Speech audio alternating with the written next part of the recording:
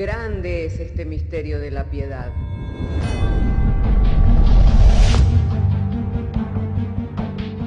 Si se destruyeran los fundamentos, ¿qué ha de hacer el justo?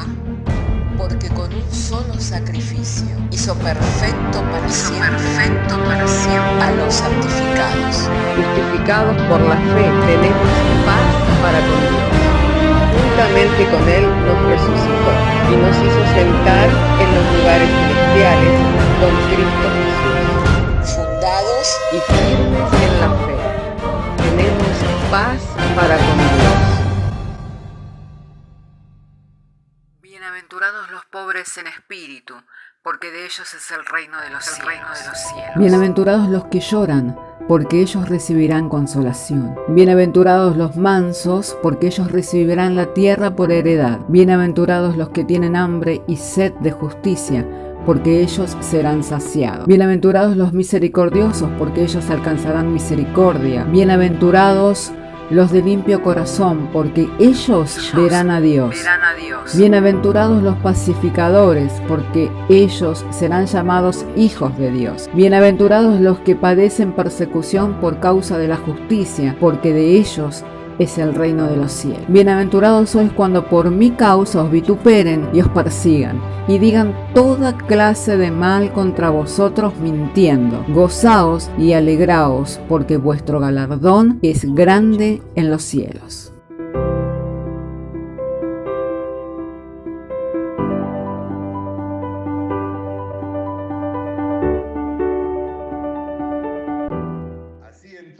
Si tiene su Biblia, abra conmigo su Biblia en el Evangelio de Mateo, en el capítulo 16.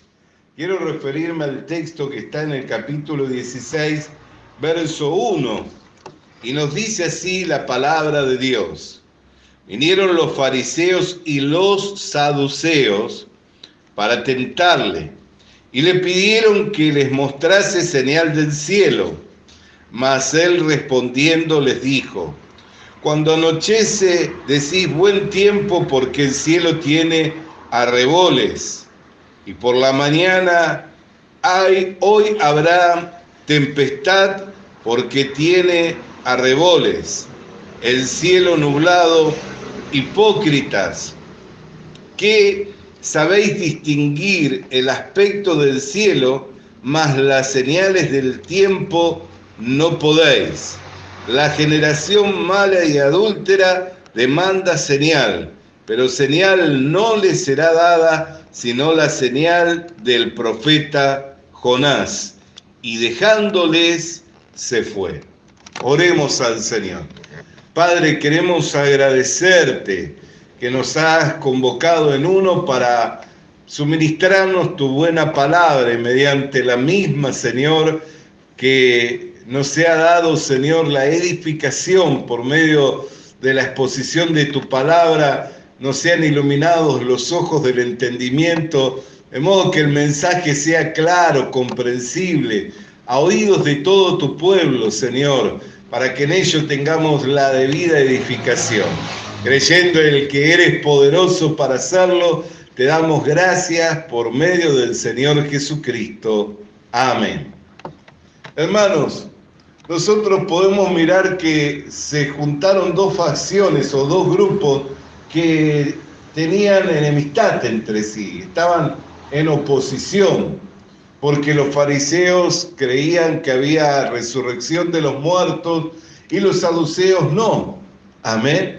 Y eso los tenía divididos. Pero dice que en esa oportunidad, para tentarle al Señor Jesucristo, dejaron sus diferencias a un lado y le dijeron, muéstranos señal del cielo para que creamos en ti.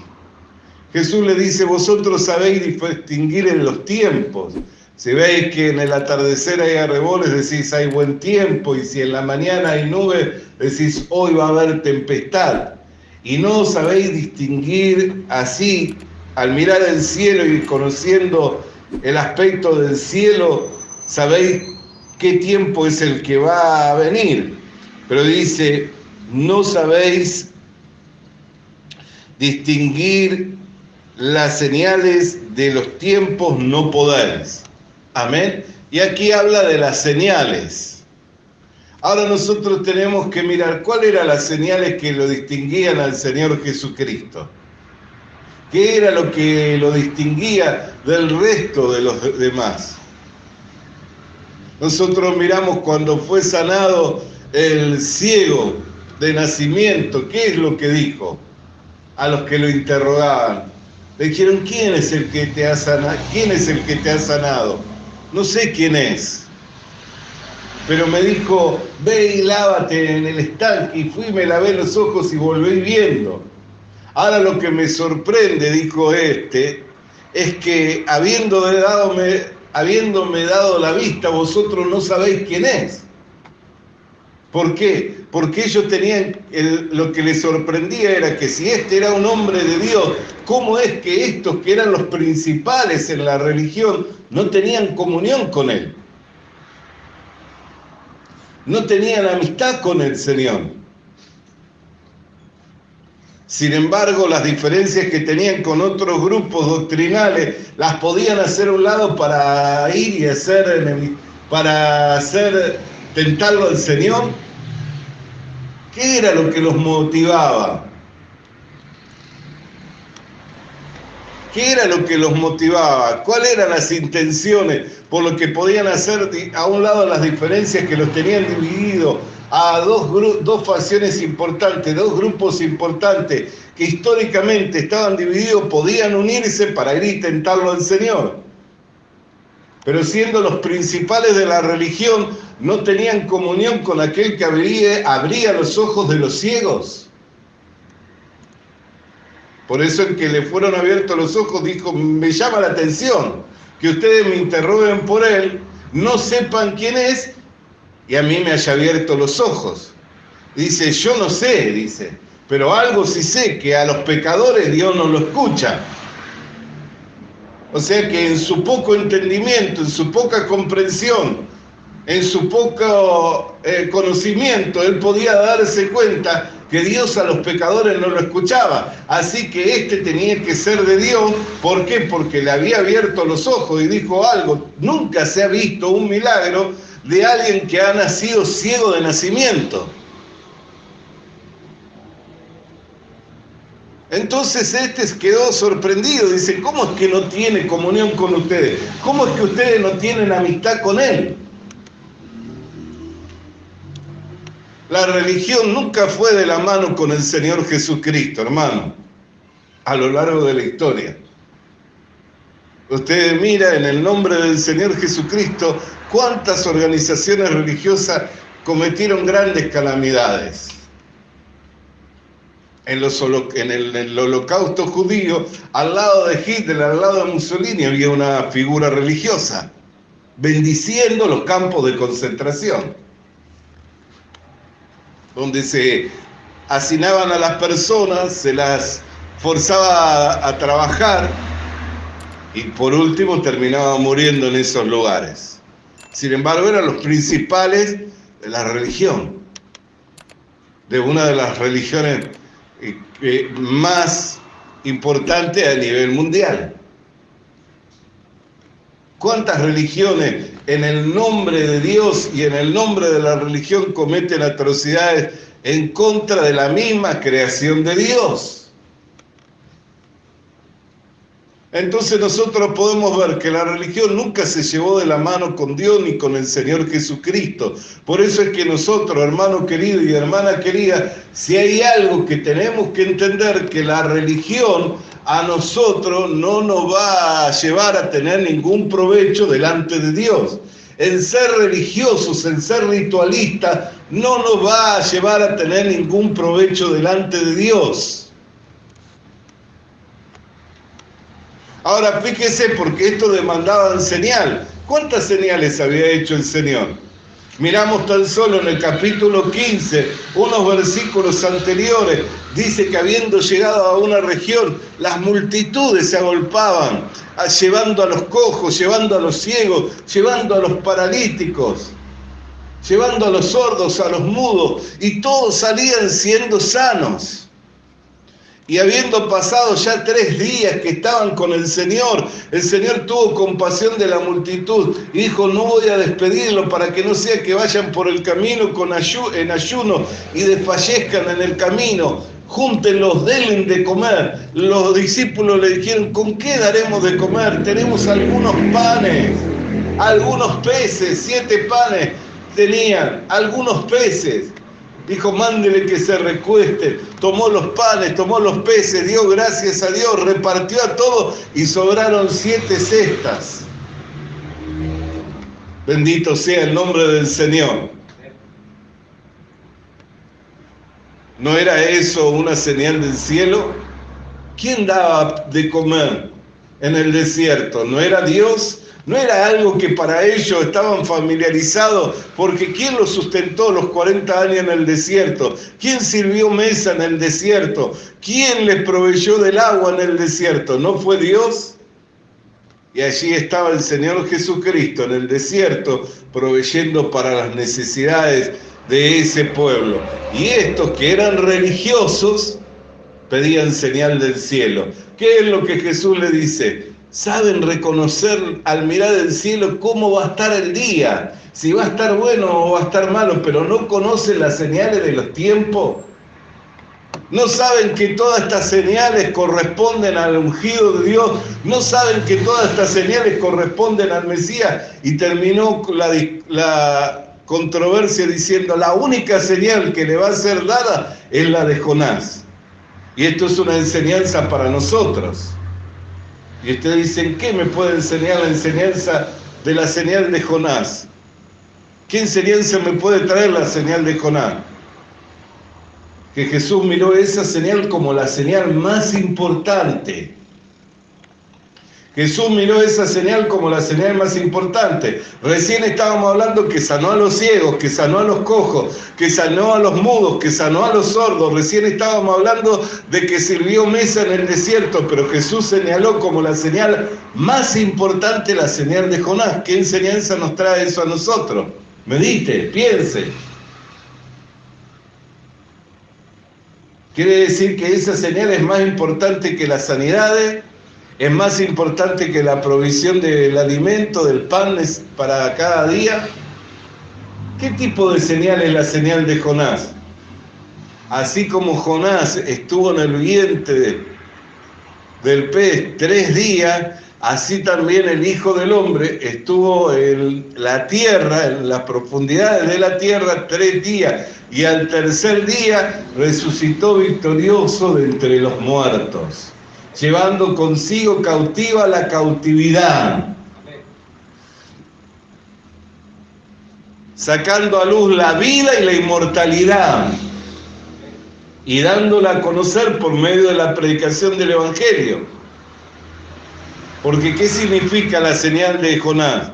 Que Jesús también estuvo 3 días en las profundidades del infierno, pero se levantó victorioso de entre los muertos, llevó cautiva la cautividad, sacó a luz la vida y la inmortalidad. Porque ¿qué hombre había resucitado victorioso de entre los muertos para nunca más ver la muerte? Ninguno. Aún todos los que resucitaron luego volvieron a fallecer. Sin embargo, Jesús resucitó para nunca más ver la muerte. Sacó a luz la vida, que la vida ya no estaba en la sangre, sino que la vida estaba en el Espíritu, que lo había levantado victorioso entre los muertos. Y lo dio a conocer este misterio que estuvo escondido a través del tiempo y de las edades por medio de la proclamación del Evangelio. Entonces nosotros miramos qué es lo que necesita la gente para creer en Cristo. Señales, milagros, prodigios, oír la palabra verdadera del Evangelio de la salvación para que creyendo en ella puedan recibir la redención y la vida eterna. Lo que la gente necesita es oír la palabra verdadera del Evangelio, por lo que puedan recibir la redención y la vida eterna. Porque ¿de qué le sirviera a un hombre venir, ser sano de una enfermedad, ser prosperado en una situación económica? Hoy tocó, vinieron unas personas con necesidades, pidiendo una oración por las necesidades. Le digo, ¿por qué no pasan y escuchan la palabra? No, porque tenemos que hacer esto, tenemos que hacer... Tenían ya una idea, tenían un pensamiento. Le digo, bueno, ¿qué vienen buscando? No, si usted puede orar. Místicos, religiosos. Le digo, bueno, yo voy a orar, pero si ustedes no reciben una palabra, si ustedes no buscan a Dios, yo no le veía ningún provecho, aunque yo estaba orando. Yo era el que iba a orar, pero no veía ningún provecho para ello. ¿Por qué? Porque no es el orden y la manera. La Biblia dice, buscad el reino de Dios y su justicia, que las demás cosas os serán añadidas. Yo no puedo venir que me ponga la mano, que me ore. Sí, recibe, y después salgo y nunca me detengo a meditar en la palabra de Dios, nunca me detengo a meditar en las promesas del Señor, nunca me deleito en la presencia de Dios. Eso es religión. Está lleno de eso. Bendito sea el nombre del Señor. Nosotros tenemos que tener una meditación, una reflexión. Nuestra comunión es con Dios el Padre, nuestra comunión es con su Hijo Jesucristo, nuestra comunión es por medio del Espíritu Santo. El que no nos negó la vida de su Hijo, ¿cómo no nos dará todas las demás cosas y aún el Espíritu si se lo pedimos? Y esta es la palabra de fe que predicamos.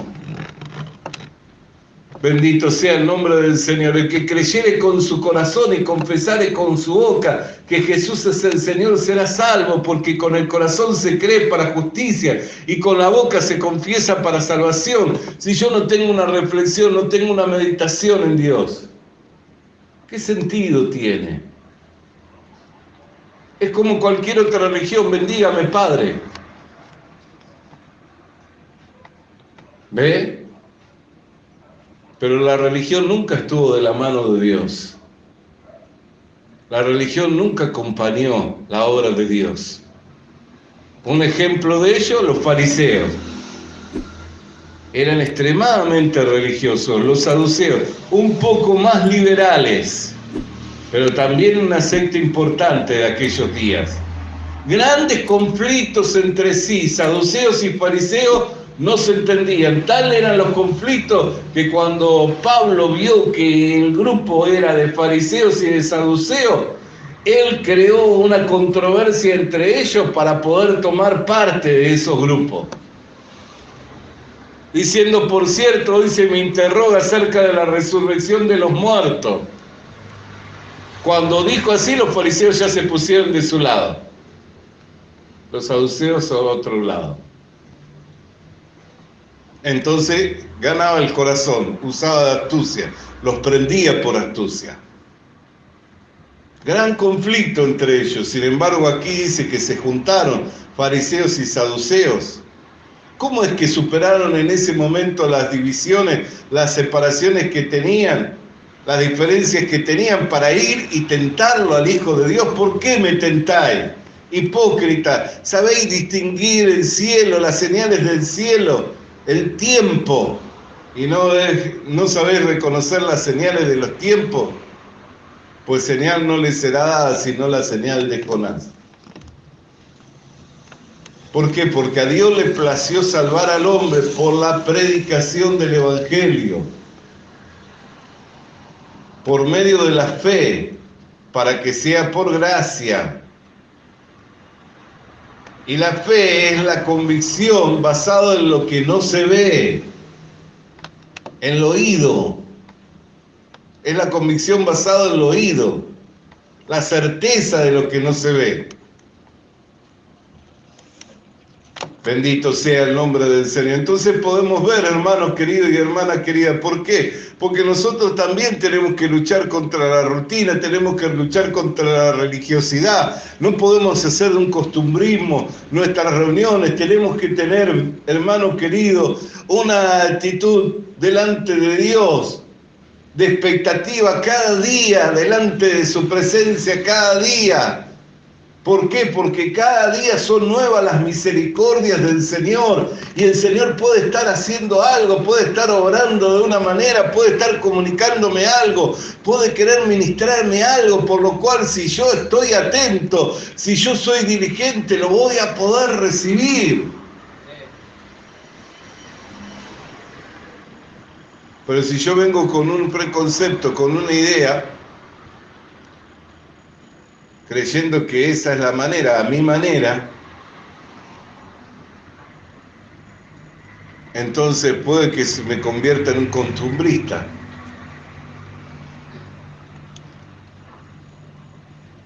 Por eso es que los que son nacidos del Espíritu, el viento sopla, dice, que no sabe de dónde viene ni hacia dónde va. Y así es los que son nacidos del Espíritu. Bendito sea el nombre del Señor. Es una relación la que nosotros tenemos, no una religión. No un conjunto de dogmas y de normas, sino que es una relación con Dios. Tenemos acceso a su presencia. Él vino a ser morada en nosotros. Somos el templo de Dios, morada de Dios en el Espíritu. ¿Cómo conformarnos con un conjunto de dogmas y con una religión cuando podemos tener una relación? Si permanecéis en mí, mi palabra permanece en vosotros, pedid todo lo que queráis al Padre y os será hecho. He aquí que estoy a la puerta y llamo, cualquiera que oyere mi voz y abre la puerta, entraré y cenaré con él y él cenará conmigo. Es una relación, no una religión. La religión no se lleva de la mano con Dios, no va de la mano con Dios, no se lleva bien. Por eso la sorpresa del hombre que era ciego de nacimiento, dijo, ¿cómo me interrogan a mí por este? Ustedes le tendrían que conocer. Si es un hombre santo, si es un siervo de Dios, si puede hacer tan grandes señales, ¿cómo es que no tienen ustedes amistad con Él? ¿Cómo es que ustedes no tienen amistad con Él? ¿Cómo es que no tienen comunión con Él? ¿Cómo me interrogan a mí? Ustedes tendrían que decirme quién es. Pero algo sé, que a los pecadores Dios no lo escucha. Así que este hombre tiene que ser santo. Bendito sea el nombre del Señor. Amados, amados del Señor, podamos recibir la exhortación de Dios, hermano, para no caer en la rutina de la religión, aferrados y atados a normas, a costumbres de hombres, a mandamientos de hombre que no tienen ningún provecho delante de Dios, sino que podamos vivir en esa relación constante en la cual somos guiados por el Espíritu de Dios, porque así son los que son nacidos de Dios, son guiados por el Espíritu de Dios. Son guiados por el Espíritu de Dios. Que si el Espíritu nos guía, hermano querido y hermana querida, nosotros avanzamos con esa guía, con esa dirección, y mientras vamos avanzando, vamos superando nuestras limitaciones, y mientras vamos avanzando, vamos viendo cómo las puertas se abren. Cuando uno empieza a tomar la guía de Dios y va caminando bajo esa guía de parte de Dios, va superando sus propias limitaciones, y a medida que va avanzando, va viendo cómo el Señor es el que va adelante de uno, abriendo el camino, derribando las puertas, rompiendo los cerrojos de hierro, dando la victoria. Gloria. Por eso es que es privarnos de eso, hermano querido, es perder cosas que tienen mucho valor delante del Señor, porque tenemos un llamado a vivir en una relación con Dios y en una relación de comunión permanente. Que me acuesto y Dios está conmigo, que me levanto y Dios está conmigo, que voy al trabajo y Dios está conmigo, que voy a estudiar y Dios está conmigo. Que no importa dónde vaya, Dios está conmigo. Y si Dios por nosotros, no hay quien sea en contra nuestra. Entonces no nos volvamos rutinarios, no nos hagamos religiosos, no sea que por querer guardar mandamientos de hombre o ordenanzas de hombre. El otro día miraba a un hermano, no sé si es hermano, que es pastor, no sé qué, en Centroamérica, en el medio del Ecuador. Dice, porque nosotros no somos mundanos, y estaba haciendo mezcla, pastón de mezcla, para la construcción con saco y corbata. Como diciendo que eran virtuosos porque estaban haciendo un pastón de mezcla con saco y corbata, porque los mundanos se visten de otra manera. Y yo entiendo que uno debe guardar compostura, pero todo tiene su orden. Una cosa es que yo venga correctamente vestido a la iglesia, a la presencia del Señor, a participar de un culto, pero otra cosa es que me vaya a querer poner a levantar paredes o a hacer un pastón con saco y corbata. Es una locura. Sin embargo, hay gente que lo cree y cree que de esa manera es más virtuoso. ¿Y cuántas cosas hay así? Que la gente cree que es más virtuosa por eso. Bendito sea el nombre del Señor. Entonces son cosas que nosotros tenemos que mirar, que no sea que por querer defender un mandamiento de hombre, por querer defender cosas que Dios no habla en ningún lado en su palabra, porque en ningún lado la Biblia habla de que el hombre tiene que vestir el saco y corbata. Ahora sí, nosotros podemos mirar, si queremos tener un pensamiento profundo, podemos tenerlo. Dice la Escritura que el espiritual lo juzga todo, ¿no es cierto? ¿No dice que la Escritura que el espiritual lo juzga todo? Si yo quiero tener un pensamiento profundo, lo puedo tener. Y pensar, si yo estoy puesto para juzgar y aún juzgar a los ángeles, ¿cuál debiera ser mi manera en que visto?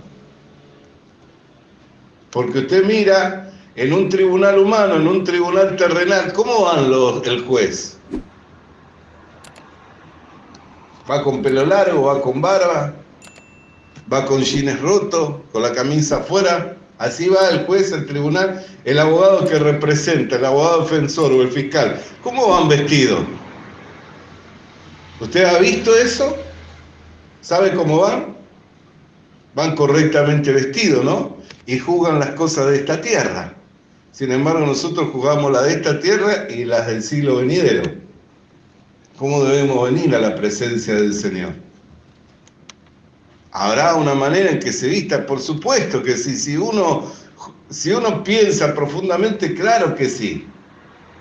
Pero una cosa es que yo venga a la presencia del Señor y otra cosa es que me ponga a hacer un trabajo material.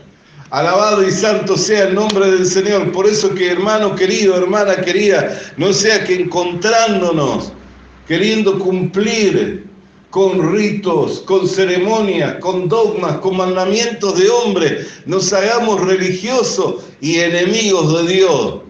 Y que en vez de ser cooperadores de Dios, estemos estorbando la obra del Señor como los que estorbaban la obra de Dios, que se ponían en la puerta, que Jesús dijo que estaban en la puerta, que ni pasaban ellos, ni siquiera dejaban pasar a otros. Hermano querido y hermana querida, que podamos ser cooperadores de Dios, que podamos mirar, hermano querido y hermana querida, que hay una guía y una dirección de Dios por medio de su Espíritu para todas las cosas, y que si seguimos esa guía y esa dirección, la iglesia, que es edificio de Dios, la iglesia, que es labranza de Dios, va a ir teniendo su edificación de vida, va a ir recibiendo la gracia del Señor, por lo cual va a crecer hasta la medida y hasta la estatura del varón perfecto, que es Cristo Jesús. Alabado y santo sea el nombre del Señor, gloria sea su nombre. Vamos a estar de pie, hermano, vamos a estar de pie, hermana, vamos a alabar el nombre del Señor en esta hora con júbilo en nuestros corazones. Aleluya, mientras nos preparamos para el momento en el que vamos a oír y vamos a recibir, hermano querido, bendito sea el nombre del Señor, que vamos a sentarnos a la mesa del Señor, vamos a estar alabando su nombre, gloria sea el nombre del Señor. Visita nuestras redes sociales. Suscríbete a nuestras redes sociales. Suscríbete activando la campanita. Suscríbete activando la campanita. Comparte con nosotros el mensaje de la palabra de Dios. Comparte con nosotros el mensaje de la palabra de Dios.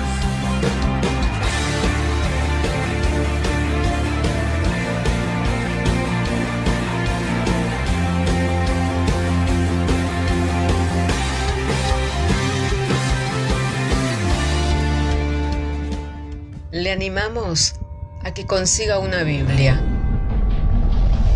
porque en ella encuentra la mente de Dios, el estado del hombre, el camino de salvación, la muerte de los pecadores y la felicidad de los creyentes. Sus doctrinas son santas, sus mandamientos son obligatorios, sus historias son verdad y sus decisiones inalterables. Léala para ser sabio, crea en ella para ser salvo y póngala en práctica para ser santo. Ella contiene luz para guiarle, alimento para reforzarle y consuelo para alentarle. La Biblia es el mapa del viajero, el bastón del peregrino, la brújula del piloto, la espada del soldado y la carta del cristiano. Le animamos a que consiga una Biblia,